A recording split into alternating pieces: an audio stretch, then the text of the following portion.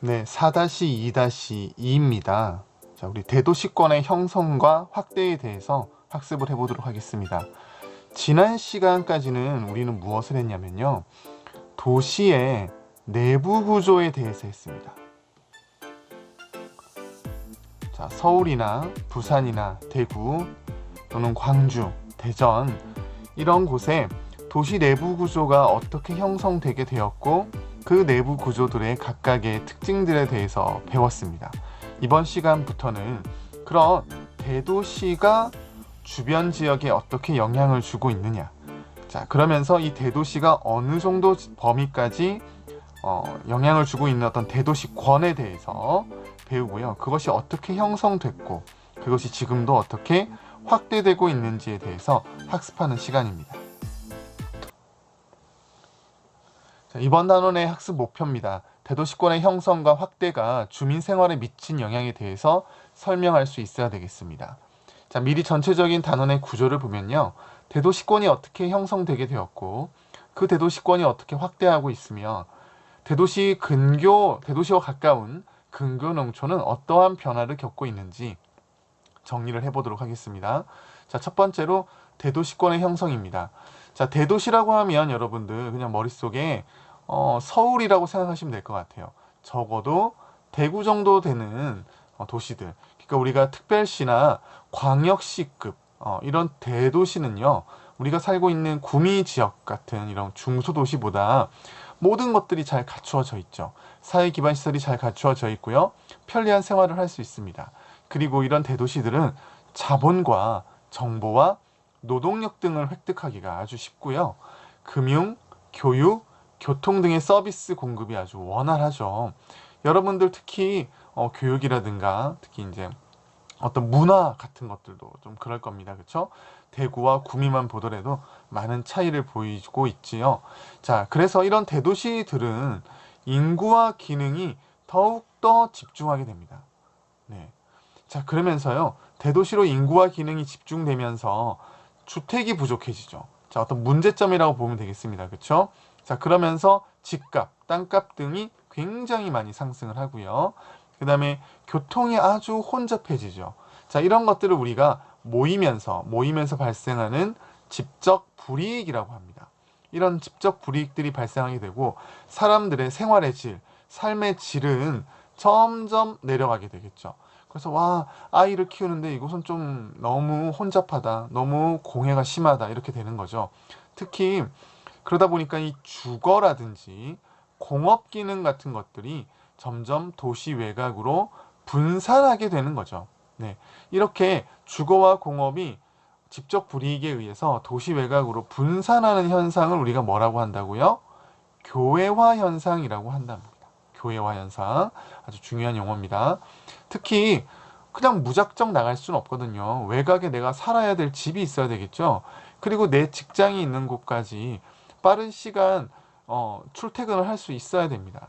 그래서 특히 이제 교통이 발달한 대도시 같은 경우에는 이런 과밀한 문제를 해결하기 위해서 또 이제 나라에서 또는 시에서 다양한 정책을 피면서요. 더 외곽으로 나가게 되죠. 네. 그러면서 이제 결과적으로 그러니까 교통이 편리하지 않으면 뭐 사람들이 그냥 나가지 않겠죠. 왜냐면 출퇴근 너무 어려우니까. 그래서 대도시 주변에 위성도시가 만들어지게 됩니다. 자, 우리 위성도시는 옆에 정리하고 있거든요. 중심 도시, 그러니까 어머니 도시와 아주 밀접한 관련을 가지고 있습니다. 그래서 어떤 주거 기능이라든지 보통 대부분 주거 기능이 나가죠. 그래서 우리가 이곳을 뭐라고도 부르냐면요. 베드타운이라고도 우리가 부릅니다. 이 뜻이 뭐냐면 주거만 너무 나가다 보니까 사람들이 잠만 자러 가는 거죠. 그래서 침대 도시, 침상 도시라고도 합니다. 또는 공업 기능이 많이 분산된 위성 도시도 있고요. 과천과 같이 행정 기능이 많이 분산된 지역도 있겠습니다. 대표적으로 우리 서울 아래쪽에 과천이 있지요. 근데 지금은 정부 청사가 또 세종으로 옮겨서 과천이 좀 예전만은 못하다고 합니다. 자, 그리고 근교 농촌 지역이 대도시에 가깝다 보니까 빠르게 인구가 늘어나게 되고 점점 도시화되면서 이 도시와 더 밀접하게 기능적으로 연관되게 되죠. 자, 이런 것들이 하나 연결되어서 하나의 뭐가 만들어집니까? 대도시권을 형성하게 됩니다. 자, 여기가 이제 우리 교과서에 나와 있는 대표적인 위성 도시라고도 해야 될까요? 네, 고양시의 일산 신도시입니다. 여기가 일산 신도시의 호수공원이 되겠고요. 요 뒤에 보게 되면은 MBC 드림센터도 있습니다. 그래서 많은 녹화가 여기서 이루어지고요. 이 주변에 보시면 알겠지만 어떤 높은 기능들이 모이기도 해요. 금융이라든지 뭐 법원이라든지요. 그리고 저 뒤에 보게 되면 아파트들도 굉장히 많이 들어서게 되는 걸 볼 수가 있습니다. 자, 이렇게 신도시가 만들어지면서 사람들이 점점 이제 외곽으로 나가게 되고 그곳에서 다시 서울로 출퇴근을 하는 기능적 연계가 만들어지게 되죠. 신도시에 대해서 정의를 선생님이 이렇게 한번 가지고 와봤습니다. 어떤 넓이가 어느 정도 있어야 돼요. 그리고요, 자족성, 스스로 도시가 성장할 수 있어야 됩니다. 그리고 쾌적성이 있어야 되겠고요. 편리성, 안전성 등을 확보하기 위해서 국가적인 시책, 국가적인 사업으로 이 신도시가 만들어지는 겁니다. 네. 자, 특히 우리나라에서는 서울에 무슨 문제를 많이 해결하기 위해서요? 주택 문제를 많이 해결하기 위해서 이런 신도시들이 많이 만들어졌습니다. 그래서 우리 1980년대 후반에 발표된 그리고 1990년대에 이루어진 1기 신도시가 바로 성남의 분당, 부천의 중동, 안양의 평촌, 그 다음에 군포의 삼본, 고양의 일산. 바로 이 고양은 몇 기 신도시가 되는 거예요? 1기 신도시가 되겠죠. 자, 그리고요, 우리 2000년대에 노무현 정권 때에 발표되었던 김포 한강이라든지요, 화성 동탄, 그리고 여기 성남 판교 같은 곳 아주 유명한 신도시죠. 그 다음에 송파 위례, 그리고 파주 운정, 이런 것들이 대표적인 2기 신도시가 되겠습니다. 자, 그런데 최근에는 3기 신도시도 우리 발표되었습니다. 자, 우리 신도시 현황들을 이렇게 한번 선생님이 지도로도 한번 가지고 와봤는데요. 1기 신도시들은 보면 서울과 아주 가까운 위치에 1기 신도시들이 많이 만들어졌고요. 여기 고양 보이죠? 그 다음에 부천 중동, 그 다음에 군포 삼본, 그 다음에 성남 분당, 이런 지역들이 바로 되겠죠. 그리고 2기 신도시들 여기 선생님이 지금 또 표시를 했고요. 그 다음에 우리 3기 신도시가 최근에 발표되는데 뭐 이것도 아주 현재 핫 이슈, 뭐 뜨거운 감자라고도 볼 수 있겠습니다. 이 부분은 조금 더 나중에 어떤 정책적 내용이 정리되면 선생님과 한번 살펴보도록 하겠습니다. 자, 그리고 대도시권은 어떠한 공간 구조로 이루어져 있는가 한번 보도록 하겠습니다. 대도시권은 중심 도시를 역시 중심으로 하고요. 그 주변에 교외 지역과 대도시 영향권과 배후 농촌 지역으로 이루어져 있습니다. 자, 이 지역을 우리가 대도시의 1일 생활권이라고 하고요. 이런 구조가 바로 이 대도시권의 공간 구조입니다. 중심 도시로 여러분이 예를 들어서 서울을 생각하면 되겠고요.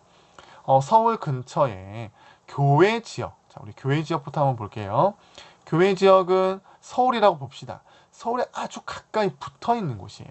그러니까 서울의 영향을 아주 많이 받겠죠. 일부 어떤 지역들은 내가 지금 서울에 살고 있는지 아니면 내가 이런 외곽의 경기 교외 지역에 살고 있는지 구분이 안 될 정도로 연결되어 있는 곳입니다. 그래서 이런 지역들은 택지 개발이 이루어지고 공업단지가 건설된다거나 아니면 대규모 상가가 만들어지면서 변화가 아주 심한 곳이고요.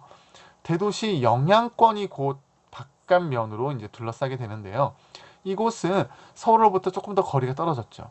그러다 보니까 촌락적인 모습이 좀 보입니다. 하지만 대부분 이 지역에 이제 겸업 농가들이 많이 있고요. 주민들이 또 이 도시로 출근하는 경우가 아주 많아서 이 대도시와 아주 밀접한 이 관계를 맺고 있는 곳이 바로 대도시 영향권이고요. 그래서 조금 더 멀리 나가게 되면 배후 농촌 지역이 있습니다. 자, 이제는 아예 그냥 농촌이라고 부르죠. 서울로 통근을 할 수는 있습니다. 하지만 좀 거리가 멀어서 농업적인 모습을 많이 볼 수 있고요. 이곳은 우리가 바로 근교 농촌 지역이 되겠고 상업적 농업이 이루어지는 곳입니다. 근데 이걸 넘어서는 지역을 우리가 주말 생활권이라고도 합니다. 주말 생활권. 이 주말 생활권은 여기서 출퇴근을 이렇게 서울로 왔다 갔다 하는 건 좀 무리가 있다는 거예요.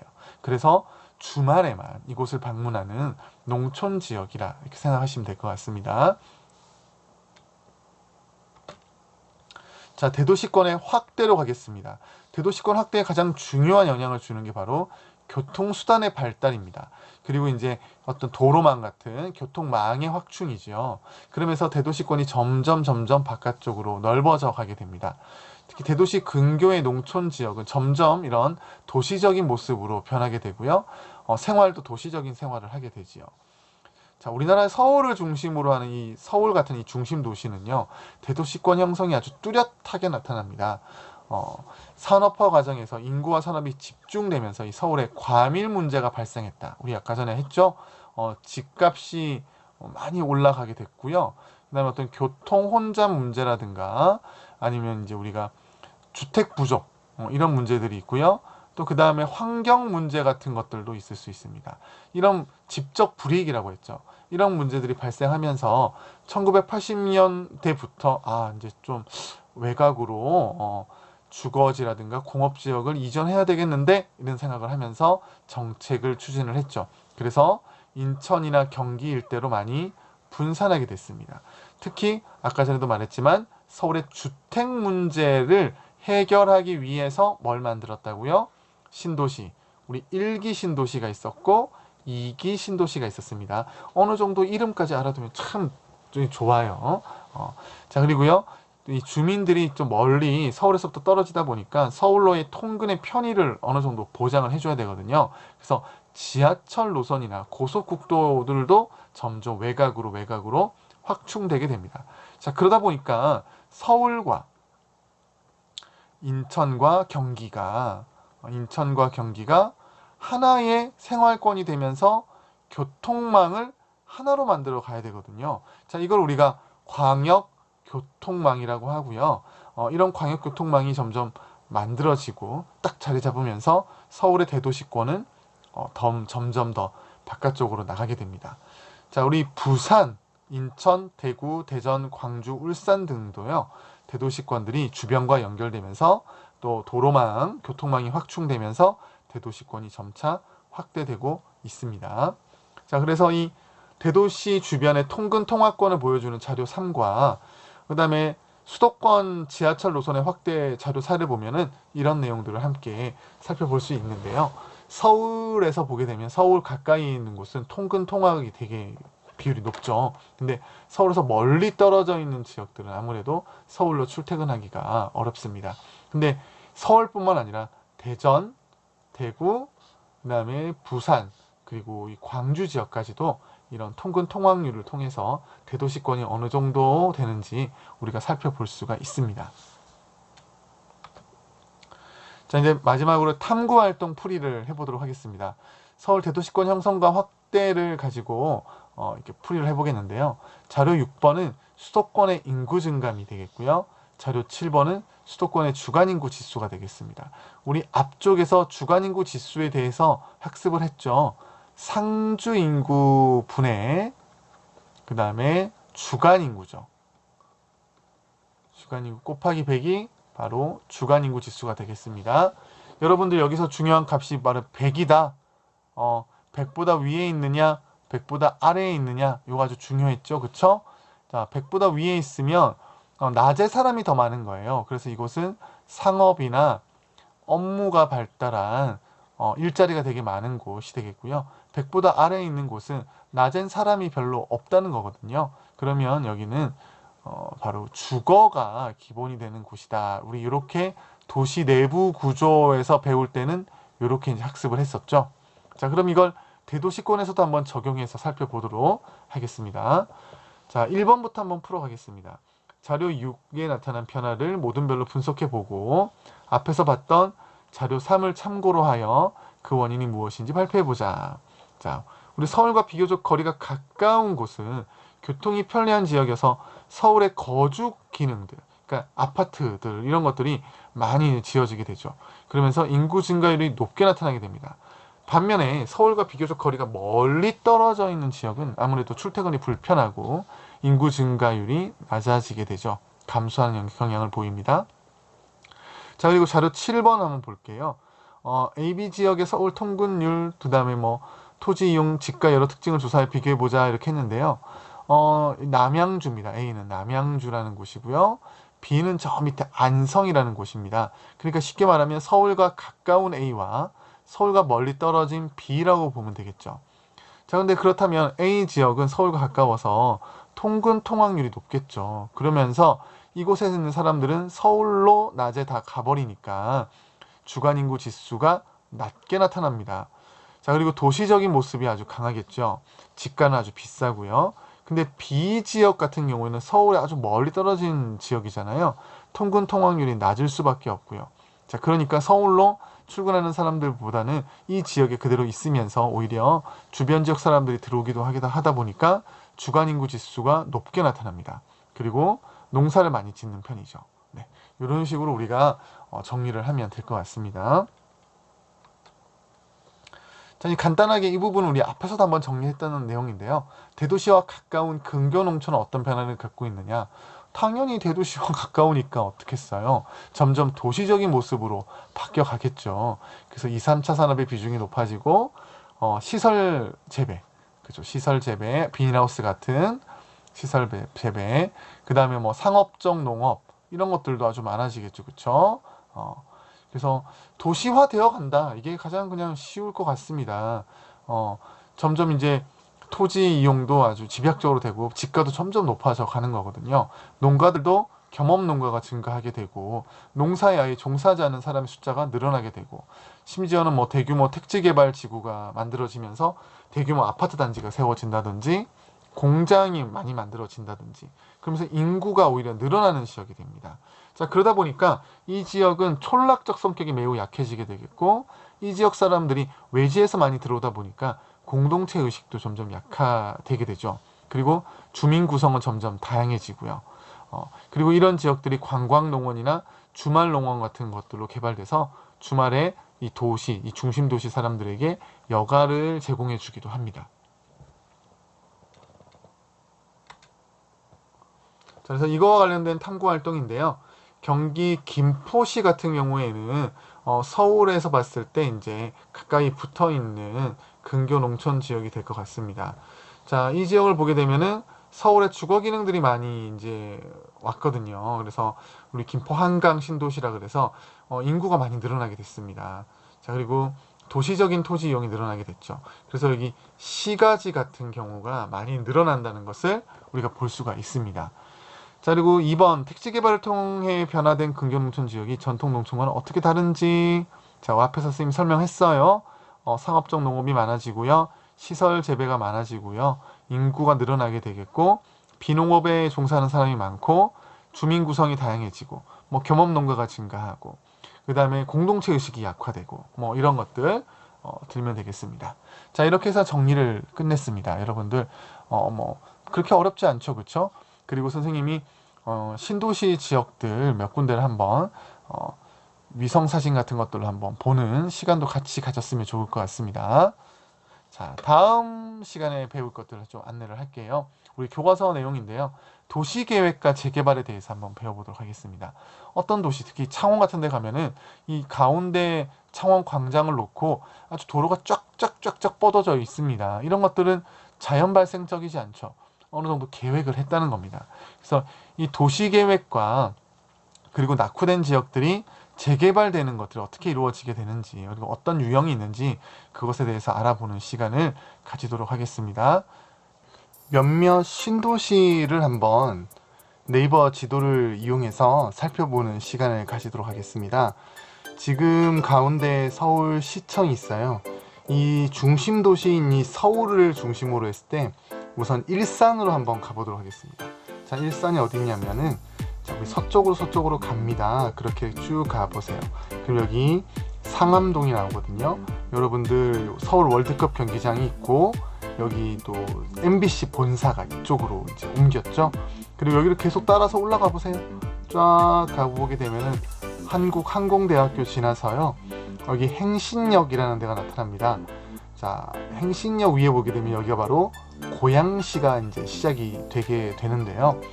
자, 고양시에서 우리 교과서 나온 지역을 한번 찾아가 보면은 일산 IC가 여기 보이나요? 일산 IC 있죠? 자, 우리 일산 IC를 조금 더 따라서 올라가 볼게요. 자, 그러면 여기에 일산 호수공원이 나타나게 됩니다. 그리고 그 뒤쪽에 어때요? 엄청난 주택단지가 이렇게 놓여져 있는 것을 볼 수 있습니다. 자, 한번 항공뷰를 통해서 보도록 하면 좋을 것 같아요.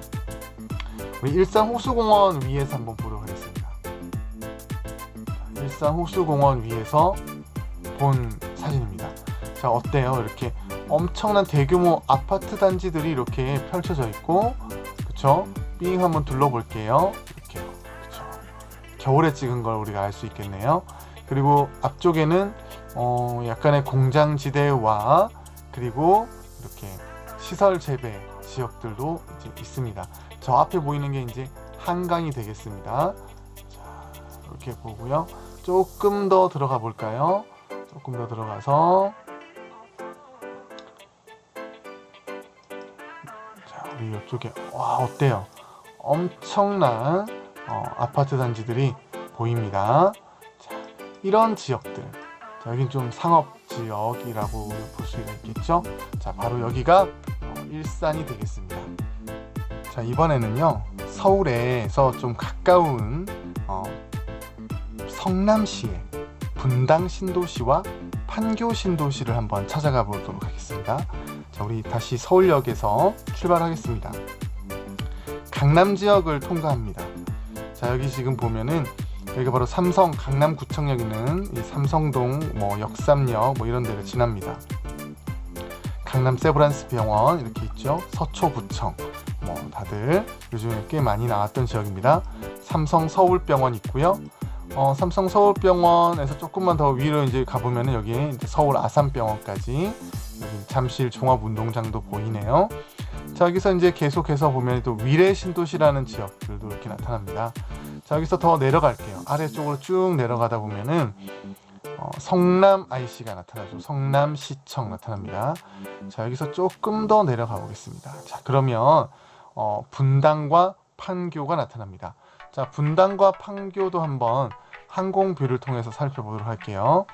자, 우리 분당 중앙공원 위에서 한번 살펴보는 겁니다. 자, 우리 분당구청이 보이고요. 자, 이렇게 여러분들 어때요? 앞에 엄청난 또 아파트 단지가 펼쳐져 있죠? 근데 중간중간에 보게 되면 녹지도 굉장히 많아서 이 분당이 굉장히 또 살기 좋은 곳이라고들 많이 하고 있습니다. 자, 엄청난 아파트 단지들 펼쳐지고 있습니다. 자, 그리고 조금 더 올라가서 우리 판교 쪽에서도 한번 보면 좋을 것 같아요. 자, 우리 이 판교 지역, 판교 테크노파크 있는 이 지역들도 엄청난 지역이죠. 예. 여기 보면 아파트 단지들 많이 보입니까? 그렇죠? 한번 살펴보겠습니다. 이렇게 들어가 보면 여기에 현대백화점이 보이고요. 여기도 이제 이런 아파트 단지들이 쭉 둘러싸고 있는 지역이 되겠습니다. 자, 이렇게 해서 이제 성남 지역의 우리 분당과 판교 이렇게 한번 살펴봤습니다. 이번에는 경기도의 동탄 신도시로 한번 찾아가 볼게요. 자, 서울에서부터 동탄은 꽤 거리가 떨어져 있습니다.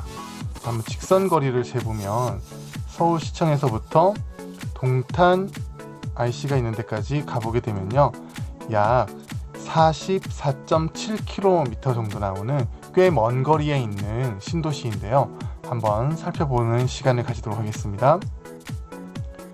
자, 역시나 항공뷰를 통해서 들어가 볼게요. 자, 이 동탄 지역입니다. 자, 이 동탄 신도시 한번 위에서 보도록 할게요. 자, 이런 모습입니다. 여기는 지금 삼성 공장이 되겠고요. 여기 이렇게 아주 높은 주상복합형 아파트라든지, 여기 지금 현대 시티몰이라고 해서 이제 막 다 지어졌을 겁니다, 지금은. 자, 그리고 이렇게 아파트 단지들이 쭉 둘러싸고 있죠, 주변을. 자, 자, 계속해서 지금 아파트 단지들이 만들어지고 있는 중입니다. 동탄은 지금도 계속해서 아파트들이 세워지고 있는 이제 어떤 모습을 볼 수가 있거든요. 너무 아파트가 많아서 도대체 내가 어느 아파트 단지에 있는지도 모를 정도로 아파트가 굉장히 많이 있는 지역입니다.